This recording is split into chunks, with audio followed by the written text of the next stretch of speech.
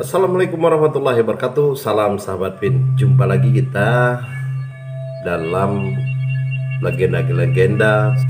Oke sahabat, sudah siap kopinya dan kita baikin topinya.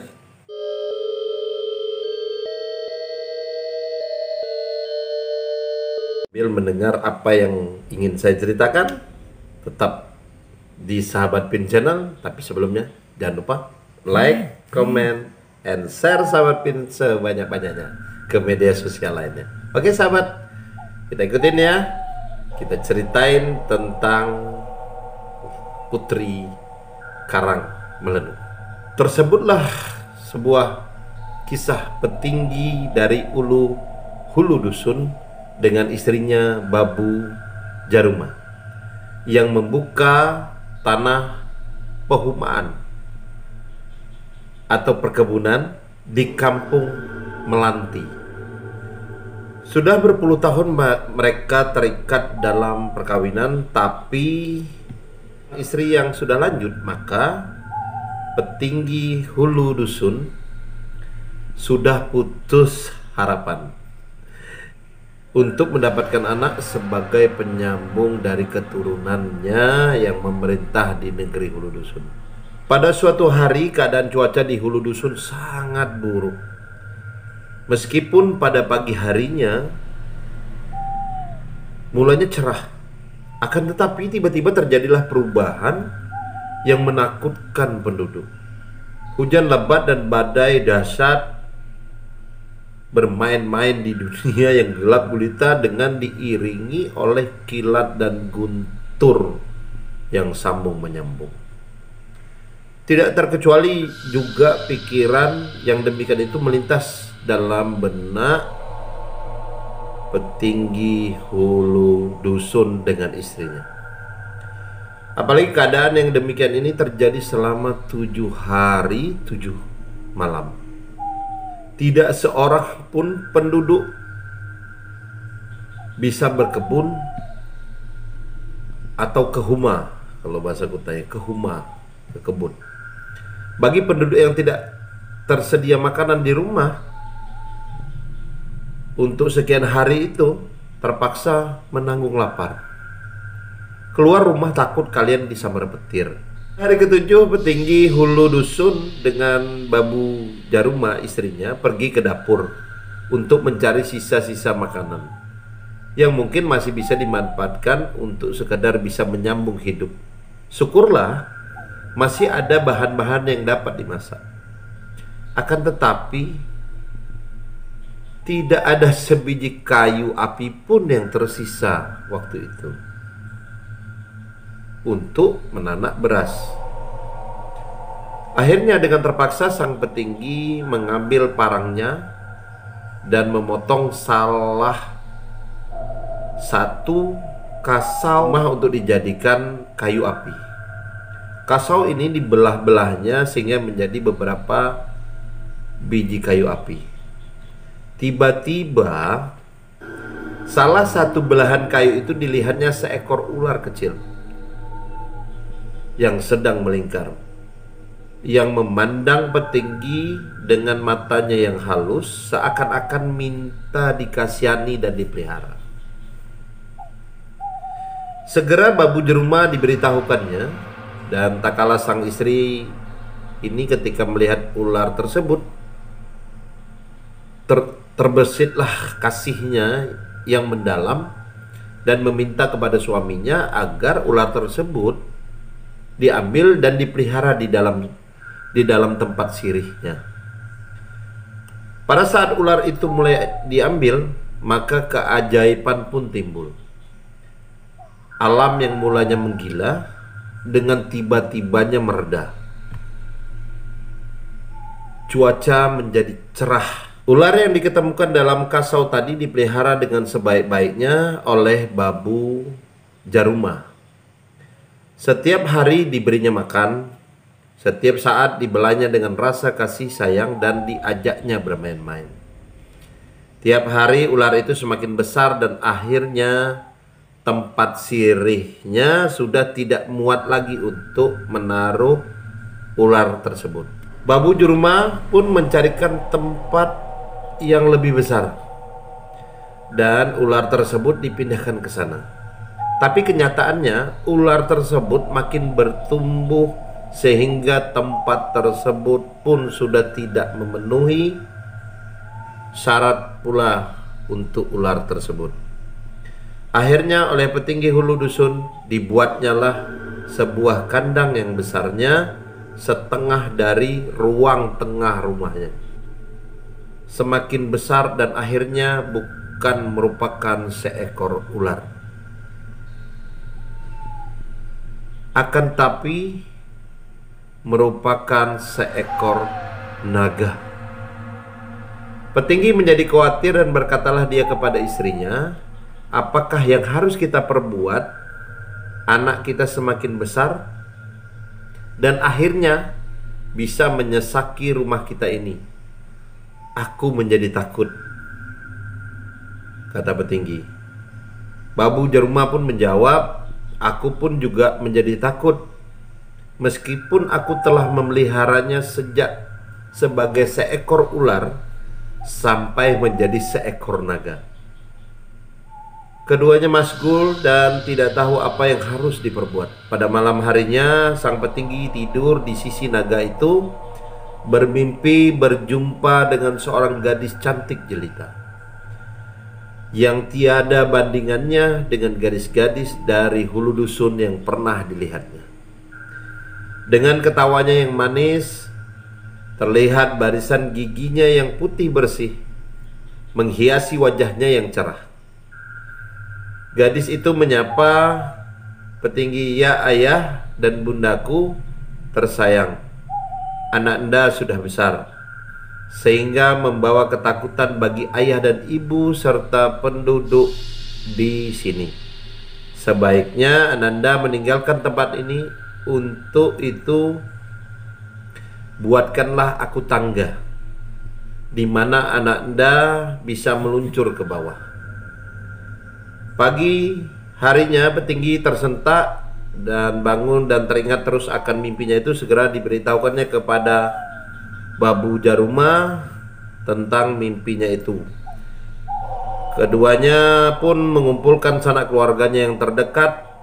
Kemudian berembuklah mereka cara bagaimana membuat tangga yang diminta gadis jelita yang menjumpainya di dalam mimpi. Dan anak-anak tangganya diikat dengan rotan. Jadi dicarilah tangga itu dari kayu yang besar-besar dan anak tangganya diikat dengan rotan yang kuat. Sehingga setelah tangga itu selesai dipasang di pintu muka rumah, petinggi pun mendekati naga sambil berkata, "Hai anakku, tangga sudah selesai, sebaiknya lah engkau turun sekarang." Mendengar perkataan ini, maka sang naga pun menggerakkan kepalanya, menjulur, melewati ambang pintu, dan hendak mulai merayap turun melewati tangga itu. Akan tetapi tiba-tiba tangga itu patah. Bahwa tangga yang dibuat itu tidak cukup kuat, maka petinggi pun menyuruh sanak keluarganya membuat tangga baru yang bahannya terdiri dari kayu ulin. Sesudah selesai, maka dipersilakannya lagi sang naga untuk menuruni tangga tersebut. Akan tetapi nasib tangga itu sama seperti tangga sebelumnya, hancur, tidak dapat menahan berat badan sang naga. Malam berikutnya petinggi mendapat mimpi lagi bahwasanya sang naga mengharapkan agar dia dapat diturunkan. Kata sang naga, buatkanlah tangga dari kayu lampung, sedangkan anak tangganya hendaknya dibuat dari bambu yang diikat dengan akar lembiding. Tangga yang dibuat dari bahan lain, meski dari besi sekalipun, tidak akan sanggup atau mampu untuk menahan berat badanku. Bila mana Ananda telah dapat turun ke tanah, maka hendaknya ayah dan bunda mengikuti kemana saja Ananda merayap. Di samping itu Ananda minta agar ayahanda membakar wijen hirang serta taburi aku dengan beras kuning. Jika aku merayap sampai ke sungai dan menenggelamkan diriku dalam air, maka anak anda harapkan agar ayah dan bunda mengiringi buihku. Keesokan harinya petinggi pun memerintahkan kepada anak buahnya untuk mencari bahan-bahan sebagaimana yang disampaikan oleh anaknya dalam mimpi untuk membuat tangga. Setelah tangga selesai sesuai dengan petunjuk-petunjuk yang diperoleh dalam mimpi, maka petinggi pun berkatalah kepada sang naga, "Hai anakku, marilah turun tangga yang telah dibuat ini berdasarkan petunjukmu." Sang naga pun mengangkat kepalanya, kemudian merayap menuruni tangga itu sampai ke tanah dan selanjutnya menuju sungai dengan diiringi oleh petinggi hulu dusun dan istrinya Babu Jaruma. Setelah sampai di air, berenanglah sang naga berturut-turut 7 kali ke hulu, kemudian 7 kali ke hilir, dan seterusnya berenang melalui tepian batu. Sang naga di tempat ini berenang 3 kali ke kiri, kemudian 3 kali ke kanan, dan selanjutnya menyelam. Petinggi dan istrinya tetap mengiringi dengan perahu sampai sang naga menyelam masuk air. Setelah sang naga tenggelam, maka dengan tiba-tiba angin topan pun bertiup dengan dahsyatnya, kilat sambung menyambung, dan sangat mengerikan. Guntur berdentum-dentum melebihi dahsyatnya suara meriam gelombang besar perahu petinggi. Petinggi dengan istrinya berkayuh sekuat tenaga untuk mencapai tepi, menghindari tenggelam digulung oleh gelombang. Setibanya di tepi sungai, maka keadaan alam yang bagaikan kiamat tadi dengan tiba-tibanya mereda. Hanya hujan turun dengan rintik-rintik, angin membentang ke bumi dengan warna-warni yang cerah dan menyegarkan. Oh, alangkah indahnya alam dilihat oleh petinggi hulu dusun dengan Babu Jaruma.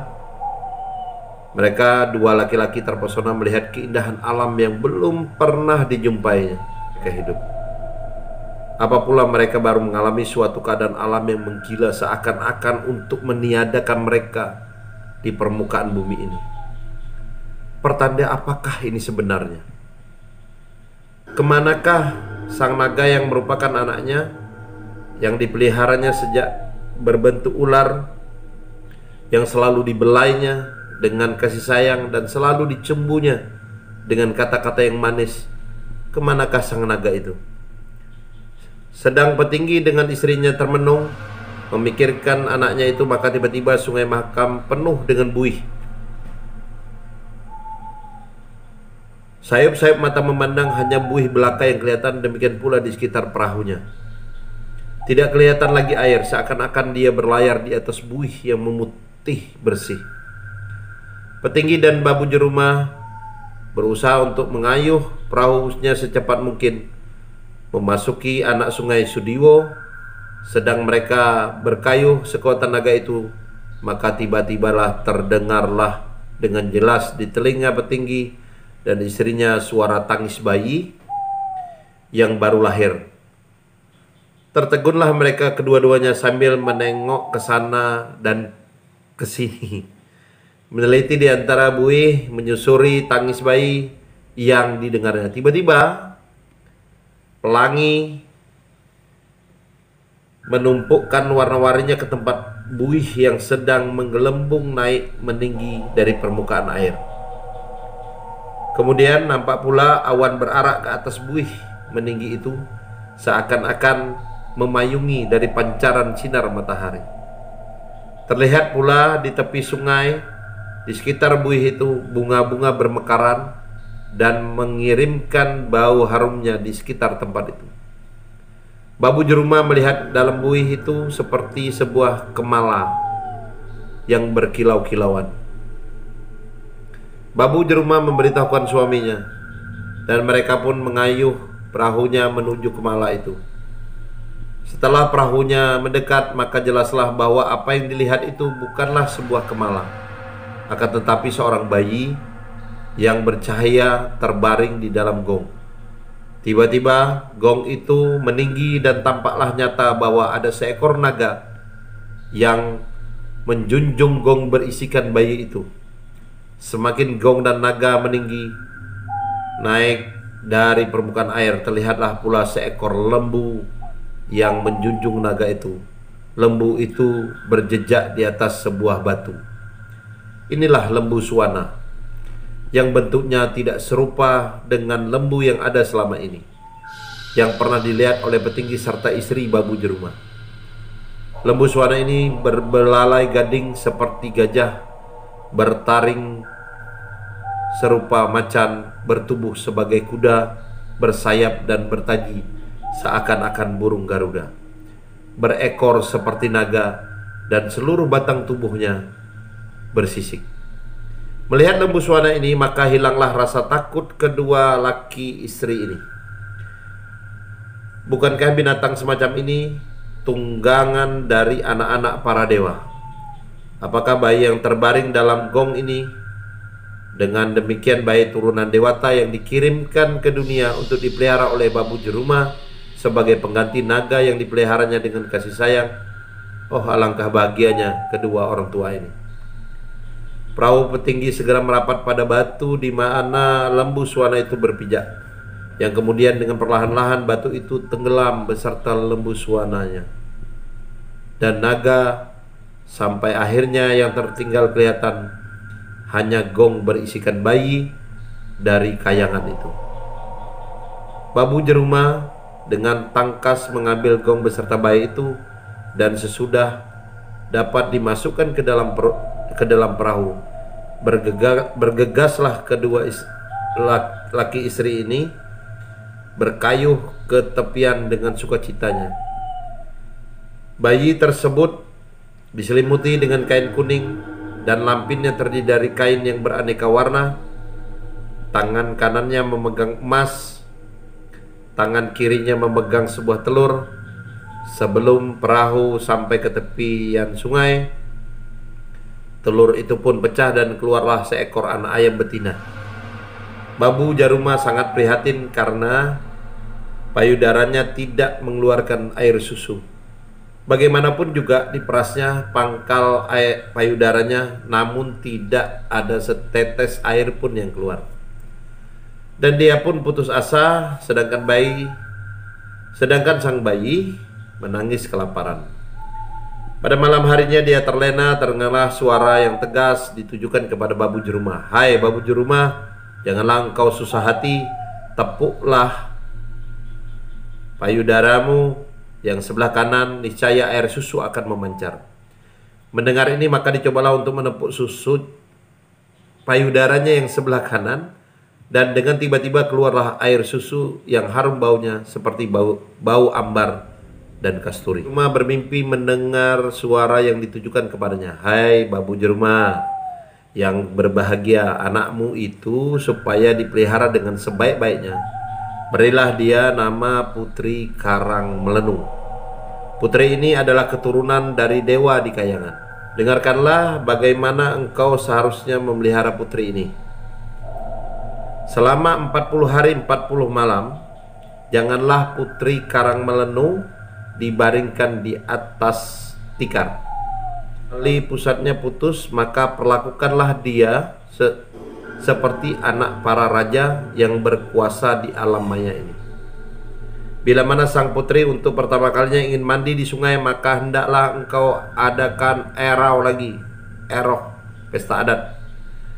Dan pada upacara pijak tanah, maka sebelum kakinya menginjak tanah, terlebih dahulu pijakkanlah kakinya kepada manusia, baik yang masih hidup maupun yang sudah mati.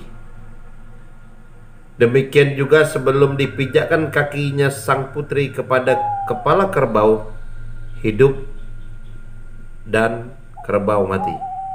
Dengan lenyapnya suara itu, maka terbangunlah Babu Jeruma dari tidurnya. Segera ia bangunkan suaminya yang sedang tidur menengkur itu, dan kemudian diceritakannya apa yang didengar di dalam mimpinya tadi. Jika demikian halnya pesan dalam mimpi itu, berarti kita harus taati mulai sekarang. Era pun mulai dilaksanakan dengan meriah. Beberapa puluh binatang disembelih. Setelah 3 hari penuh khidmat, sang anak pun diberi nama Putri Karang Melenu. Sesuai dengan pesan yang diperoleh dalam mimpi oleh Babu Jeruma, suara gong dan gendang pada waktu pemberian nama ini membuat hulu dusun gegap gempita, hingar-bingar gemelan eyang ayu dibunyikan, ningkat bunyi gong dan gendang itu. Semua penduduk hulu dusun bergembira. Pada saat diadakan erau berhubung putusnya tali pusat dan pemberian nama Putri Karangmelenu dari hulu dusun ini, demikianlah kedua anak kiriman dewa di Kayangan untuk petinggi jahitan layar dan untuk petinggi hulu dusun sama-sama bertumbuh besar, masing-masing sama dipelihara dengan secermat-cermatnya. Masih anak-anak, namun keelokan wajahnya terlihat dengan nyata berlainan dengan anak-anak seusianya. Sesudah Putri Karangmelenu menginjak usia 5 tahun, maka sukarlah orang tuanya untuk menahannya, karena dia ingin bermain tidak lagi di dalam rumah, tapi dia ingin bermain di tanah dan ingin juga mandi-mandi di sungai atau tepian. Sesuai dengan pesan yang disampaikan kepada Babu Jeruma, maka petinggi hulu dusun mulailah mengadakan persiapan-persiapan pesta tijak tanah untuk Putri Karangmelenu. Penduduk hulu dusun sudah dibagi-bagikan pekerjaan apa yang harus dilakukannya untuk melaksanakan upacara tijak tanah, baik wanita maupun pria. Untuk keperluan makan para undangan, suasana erau dimeriahkan dengan membunyikan kelintang gamelan eyang ayu di Palu. Meriam yang ada ditembakkan para undangan dari 13 negeri itu sudah mulai berdatangan. Selain itu, orang-orang dari beberapa negeri lainnya yang tidak termasuk dalam undangan mendengar dentuman meriam itu datang juga. Para dewa di Kayangan mengatur agar setiap ada erau baik di hulu dusun maupun di jahitan layar dilaksanakan bersamaan waktunya, meskipun petinggi-petinggi dari kedua negeri itu tidak pernah bertemu dan masing-masing pula tidak mengetahui bahwa mereka berdua mendapat anugerah anak dewata yang merupakan anak dari Kayangan.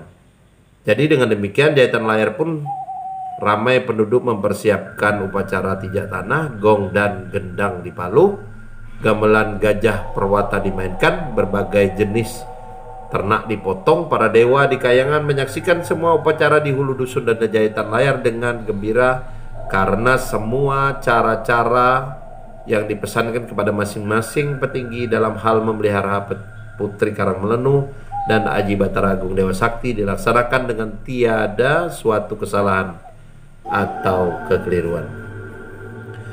Upacara tijak tanah ini dilaksanakan selama 40 hari 40 malam. Sesudah itu selama 3 hari 3 malam diadakan pula upacara berpacar. Kuku Putri Karangmelenu diberi pacar yang kemudian diikuti juga oleh semua penduduk wanita dari hulu dusun. Bukan saja ke-10 kuku jari dipacari, akan tetapi juga kedua ibu jari kaki turut dipacari. Setelah 3 hari 3 malam, semua kuku wanita hulu dusun dihiasi dengan warna merah pacar, dengan ujung-ujung kuku yang dipotong pendek sehingga bersih. Pepangkuan dikeluarkan dari tempat penyimpanan serta payung agung yang selama ini tertutup juga dibawa keluar dan dibuka. Putri Karangmelenu didudukkan dalam pepangkuan, kemudian dibawa kembali dengan diiringi oleh penduduk yang bersukaria, karena para dewa akan tetap menjaga kemurnian darahnya sebagai turunan dari Kayangan, jangan ke batu dan besi. Upacara selanjutnya Putri Karangmelenu dibawa ke tepian, di mana menunggu 7 buah tempayan yang berisikan air yang diambil dari 7 anak sungai. Putri dimandikan dengan air dari 7 tempayan ini. Selesai mandi, Putri langsung dimandikan di sungai dengan disaksikan oleh ribuan penduduk yang berada di tepian. Sesudah selesai upacara mandi ini, maka Putri Karangmelenu pun dibawa kembali ke balai untuk diberikan pakaian kebesaran. Setelah selesai berpakaian dan berias, maka berkatalah Putri ini kepada orang tuanya, atau Putri Karang Melenu, wahai bapak dan ibuku, suruhlah semua undangan yang hadir untuk naik terlebih dahulu ke Mahligai bersama-sama dengan ayah bunda. Aku akan menyusul seorang diri. Petinggi hulu dusun berpendapat bahwa tidaklah pantas kalau Putri Karang Melenu berjalan sendirian ke Mahligai tanpa diiringi oleh kedua orang tuanya dan inang pengasuhnya serta para undangan lainnya. Akan tetapi Putri tetap meminta agar dia berjalan sendirian sampai ke Mahligai. Jualah perkataanku ini, wahai ayahku, katanya. Kata sang putri. Berangkatlah semua undangan dengan diantar oleh petinggi hulu dusun dengan istrinya ke Mahligai. Sesudah Putri Karang Melenu tinggal sendirian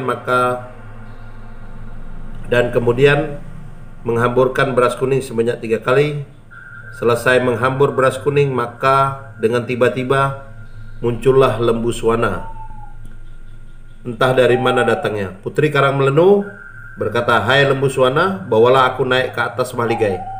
Lembu Swana pun menyahut perintah Andika Pati Junjung. Putri berkata lagi, "Rendahkanlah kepalamu, aku hendak naik."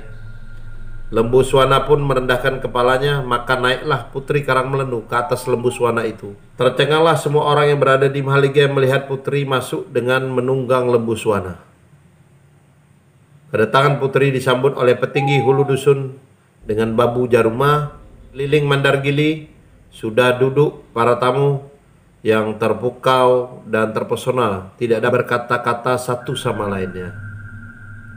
Melihat kedatangan Putri dengan kendaraan lembu Swana, dengan dipayungi warna-warni pelangi yang memancar terus ke Mandargili. Gamelan Eyang Ayu dibunyikan dan meriam yang ada di hulu dusun ditembakkan.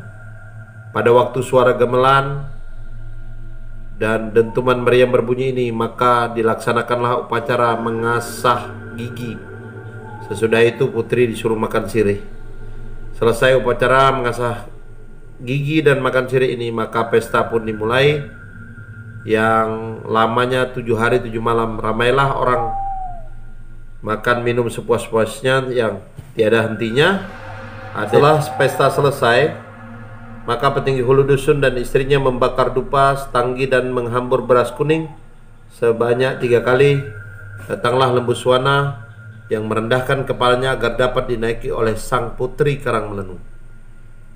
Putri pun dibawa lembu Swana terbang ke rumah petinggi hulu dusun dengan disaksikan oleh orang-orang di Mahligai yang sudah kelelahan berpesta selama 7 hari 7 malam. Para petinggi dari berbagai negara beserta para pembesar lainnya pamitan kepada petinggi hulu dusun untuk pulang ke negerinya masing-masing. Oleh babu jarumah sebagai kenang-kenangan, mereka diberi talam, sanggam dan lain-lain barang bekas tempat sesajian pada waktu pesta diadakan. Sebelum berpisah, para petinggi mengadakan ikrar bersama agar mereka saling kerjasama, saling tolong-menolong. Bila mana ada musuh datang menyerang, mereka pun kembalilah dengan perasaan puas karena akhir dari pesta adat ini dimanfaatkan untuk mengadakan perjanjian kerjasama yang menguntungkan semua pihak. Penghidupan di hulu dusun pun kembali sebagaimana biasa. Penduduk masing-masing mengerjakan ladangnya. Pemerintahan berjalan lancar di bawah pimpinan petinggi hulu dusun dengan didampingi babu jarumah dan Putri Karang Melenu. Atau akhir dari cerita lahirnya sampai dia menjadi dewasa, Putri Karang Melenu. Oke sahabat, jangan lupa like, comment, and share sahabat pin sebanyak-banyaknya. Dan kalau ada komentar aja bagaimana sifatnya membangun, mungkin ada cerita-cerita yang lain, komen aja ya. Oke sahabat, sampai di sini dulu. Wassalamualaikum warahmatullahi wabarakatuh. Salam sahabat pin.